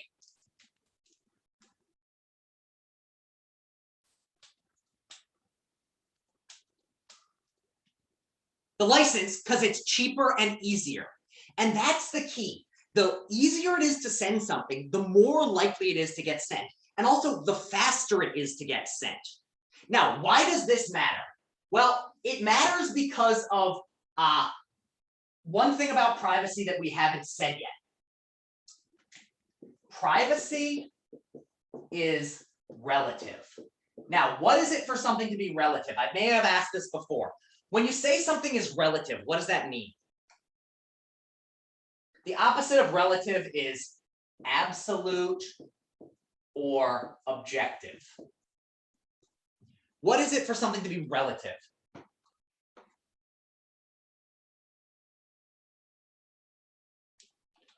All right. Look at me right now. What is to the right, the marker or this half-assed eraser? The marker's to the right. Now, what's on the right from my perspective, though? I'll give you a clue. It looks like this. What's on the right now? The eraser. That's relative. Relative means that what direction is relative to something else. So what is on the right is relative to where you're standing. Now, privacy, what degree of privacy you should have is relative to who it is that you're interacting with. And what I mean by this is one thing that you think you want to keep private from one person is not something you necessarily want to keep private from everybody. So what's an example of something that you want private from one person, but you're okay another person knowing? Health records, exactly. Who are you okay knowing your health records? My doctor, yeah, that's a good one. Who don't you want knowing your health records? The creepy neighbor, that might be one. Who else? What is something else that you're okay with one person knowing and somebody else not knowing? To go with like an extreme case, what you look like naked. There is there are certain people who most people are okay. Like you're okay if you're in a relationship, a romantic relationship, you're okay if somebody else knows what you look like naked. You don't want your boss necessarily knowing what you look like naked. Your taxes, you're okay the government knowing them. You don't want everyone to know them. Trauma, you're okay with close friends, maybe a therapist, someone who you're very close with and you trust. You want them knowing it, but you want that private from everyone else. Your age, you might be okay. You're cool with your parents knowing your age, but you might not want a stranger knowing your age. You might not want the bartender knowing your age if you're 19 and you have a fake ID. All of these are ways in which privacy is relative. Now, why does this matter in the context of data exchange? Why am I bringing up privacy being relative in the context of data exchange? Can anyone take a guess?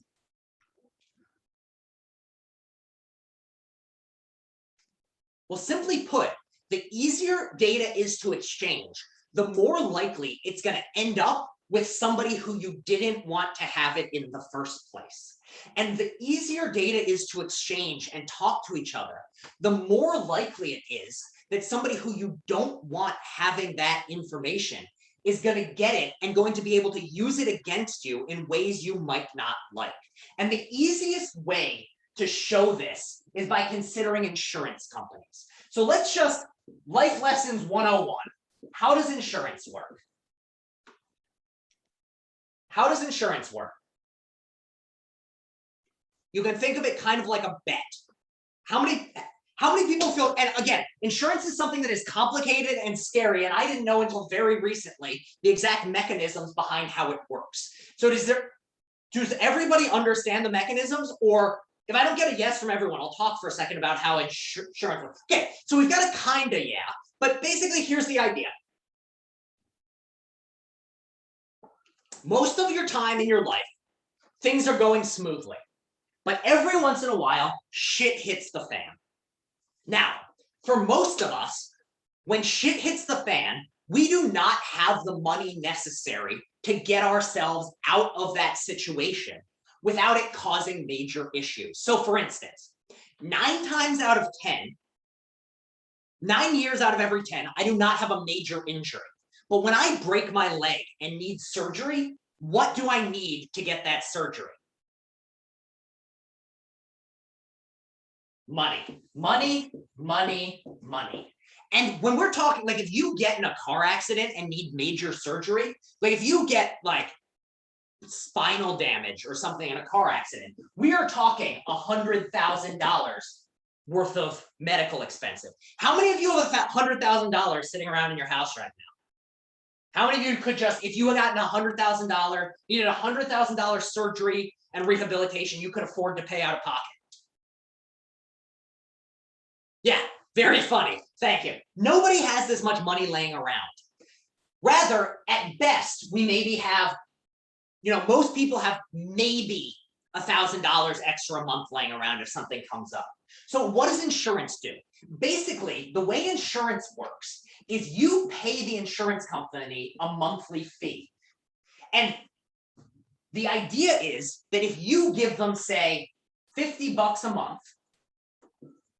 Then if shit hits the fan, they will step in and pay the big expense. So you pay $50 a month. Then if you get in a car accident, you will only have to pay, say, $1,000, and then they will cover the other $99,000. And the idea is that the other $99,000 of this $100,000 surgery. So over time, you are paying $50 a month for the protection in case shit hits the fan. If nothing goes wrong, what do you get for your $50? If nothing, you never get a broken bone, you never get in an accident. What does your $50 buy you?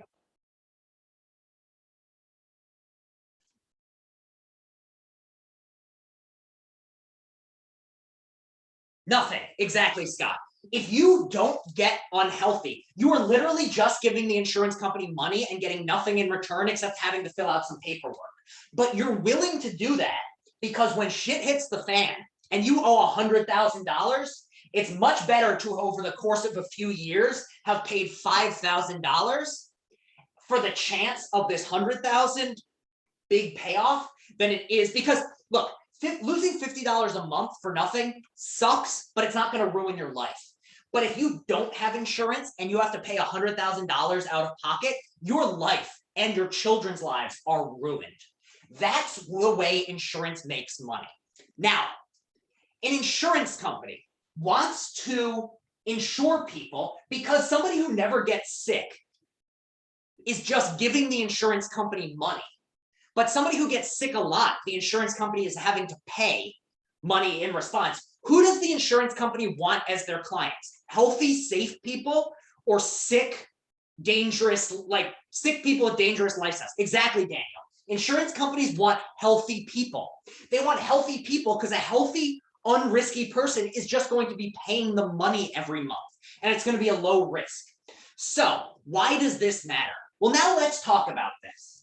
An insurance company, because you want to appear to an insurance company as the healthiest, safest person imaginable. Because of this, you don't want your health insurance company to have access to certain sorts of information about you.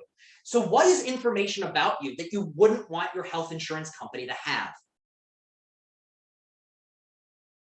Your medical records. That's one thing you might not want your insurance company to have. And this is the idea of pre-existing conditions. What is a pre-existing condition? This came up a lot in the Obamacare years. What is a pre-existing condition? Well, it's basically something, it's a condition that you have when you go to ask the insurance company. So if I've had lung cancer before, and I now go to an insurance company and say, I'd like to get health insurance, if they know that I have had lung cancer before, what are they going to say to me? They're either going to say nope, or what are they going to say? They're going to say, I'll give you insurance, but you better pay me a shitload of money because you're a big risk. If, however, they don't know I've ever had lung cancer, they won't be able to raise my prices. So you don't want them to have your medical records. But what are some other sorts of things? Now, would you want your health insurance company to have access to your credit card information? Other than, and by this I mean, not just your number and everything that you use to pay them, but your credit card bill and what you bought and how you bought it. And for those who say no, why not? What might be on your credit card bill that you wouldn't want the insurance company knowing? Any medications that you buy. Also, so yeah, if you're buying medications, that might give an idea of what your pre-existing conditions are. What are some other things that they might be able to find that aren't necessarily directly medical related? What are things you bought on a credit card that you wouldn't want your insurance company knowing about?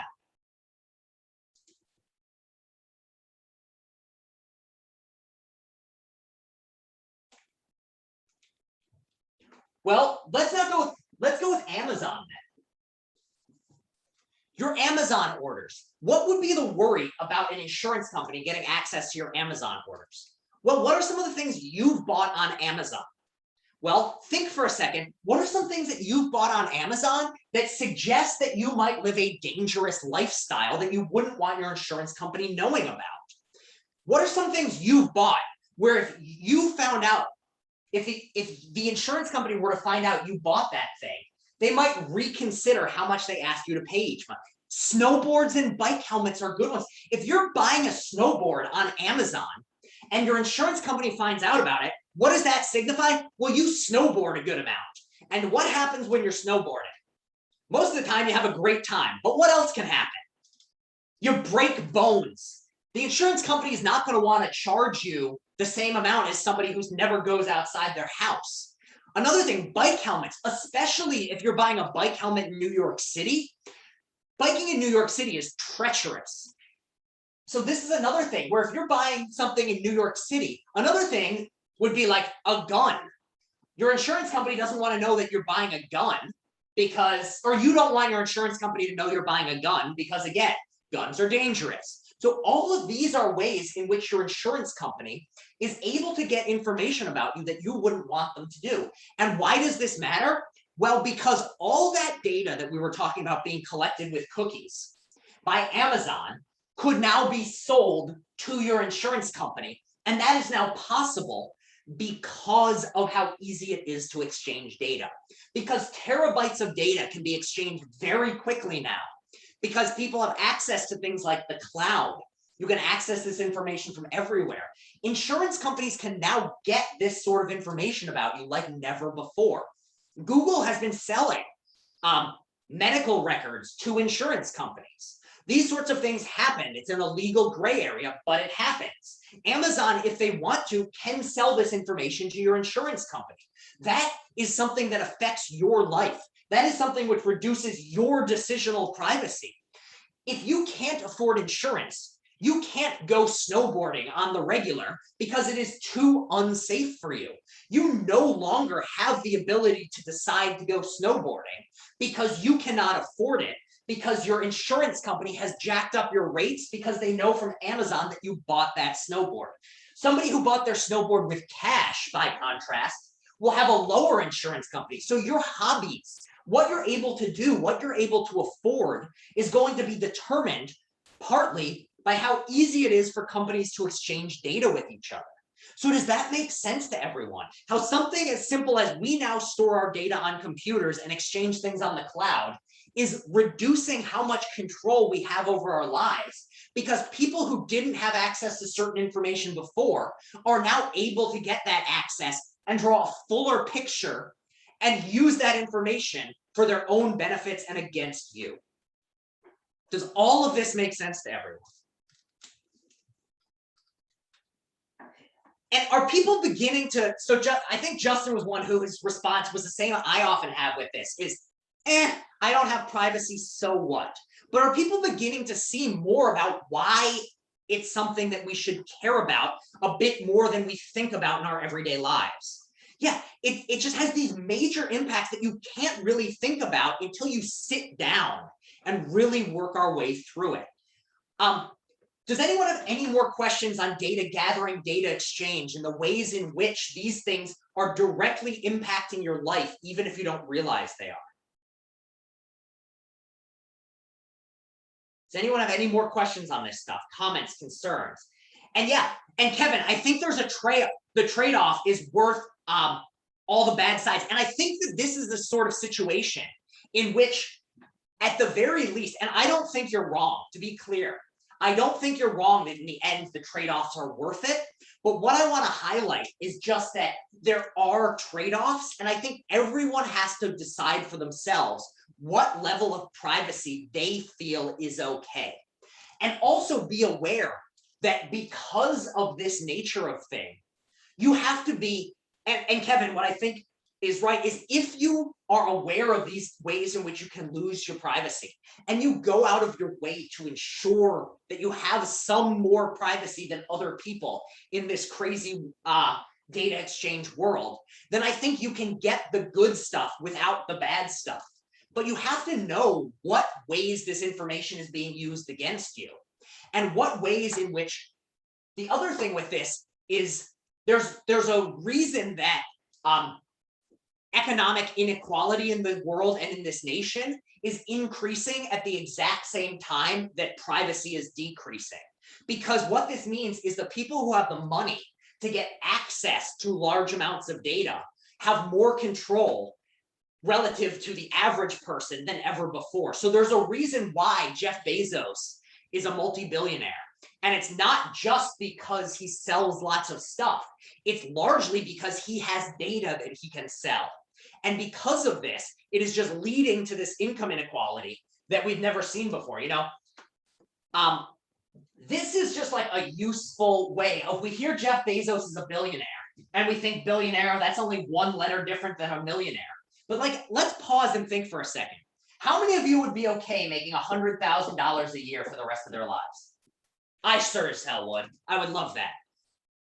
How many people would be content with $100,000 for the rest of your lives? Every year until you retire, you get $100,000 a year, flat rate. Yeah, people will be happy with this. Yeah. Now, think for a second. Jeff Bezos has, does anyone know how many billions of dollars Jeff Bezos has? Too many billions. But let's just go down to 1 billion. Imagine somebody has $1 billion. Can anyone guess, if you were to make $100,000 a year, how many years you'd have to work to get to $1 billion? How many years of making $100,000 until you get $1 billion?